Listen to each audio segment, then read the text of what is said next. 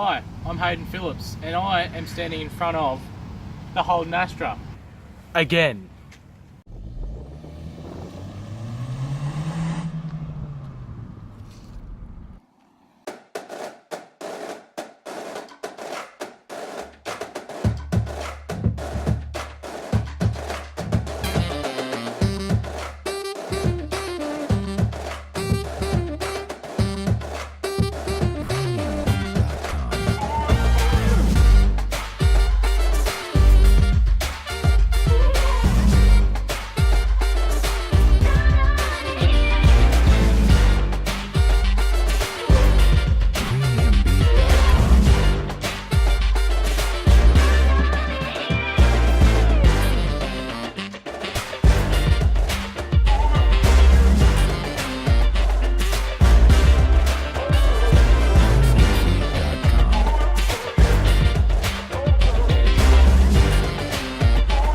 Now, you may be wondering why this one is silver.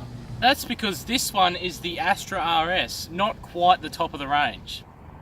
So that means you miss out on a few things. So some of the things you miss out on are the 18-inch rims, but they do give you 17-inch rims with a fatter sidewall, meaning this thing is a little bit more comfortable than the top of the range. So the other thing they've changed is the grille. This one is a little bit different in style compared to the RSV.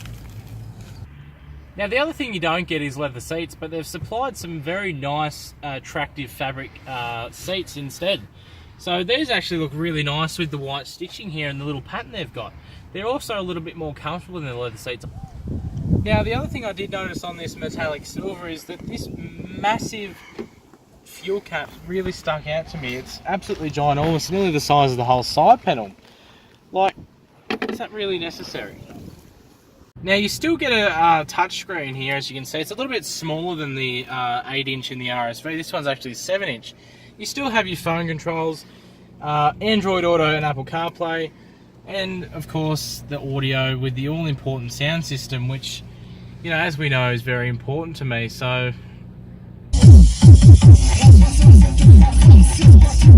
now I know you can't hear me right now, but this sound system is absolutely phenomenal. Now this model does not get the 2-zone climate control, but you do have some very simple little buttons here to click around with that are very easy to use. And the other thing is you don't get the fancy electric handbrake. It's actually it's very simple, old-fashioned, normal handbrake, which you would usually find in any other car, which is a very nice thing to see. The other thing that did change in the two models is that this one has a different display up here. It's a little bit smaller, it is not colour, and I find that the numbers are actually easier to read on this one than on the top of the range. Now on the road compared to the top of the range Astra, this thing is a little bit softer and a little bit happier to take the bumps. Now thankfully we still get the enjoyable 1.6 litre turbo that the top of the range gets, so meaning this thing is still pretty damn quick, and it's also very comfortable. It's a very good compromise in the middle of comfort and speed.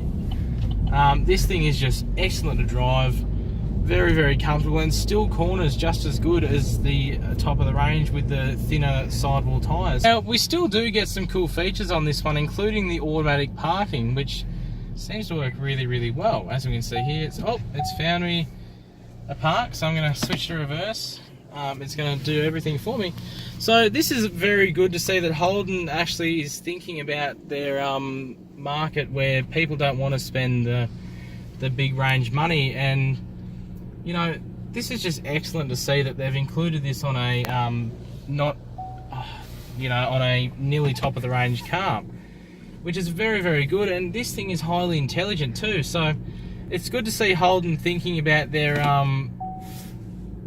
the budget market as well.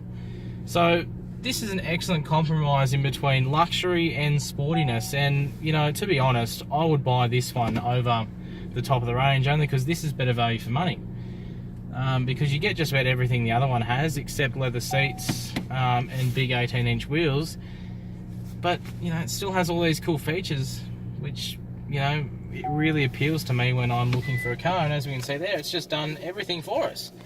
And that was with no cars. Well, there's a car there, but you know, not next to us, but there's no cars on that other side, and this thing's intelligently found a proper space to park, and it knows exactly what it's doing.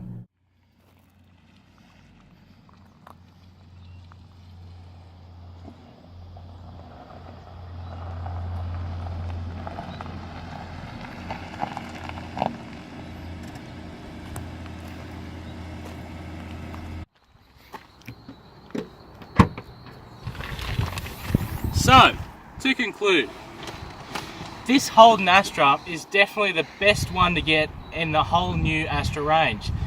It has everything you get in the top of the range except for a few luxury items such as leather seats and a sunroof. You get the advanced park assist, which is excellent. You get a good engine, which is also good. You get everything that you would expect from a car for $30,000. This one is the best one to get. So if you're after a hot hatch or even just a family car, for $30,000, this car is for you.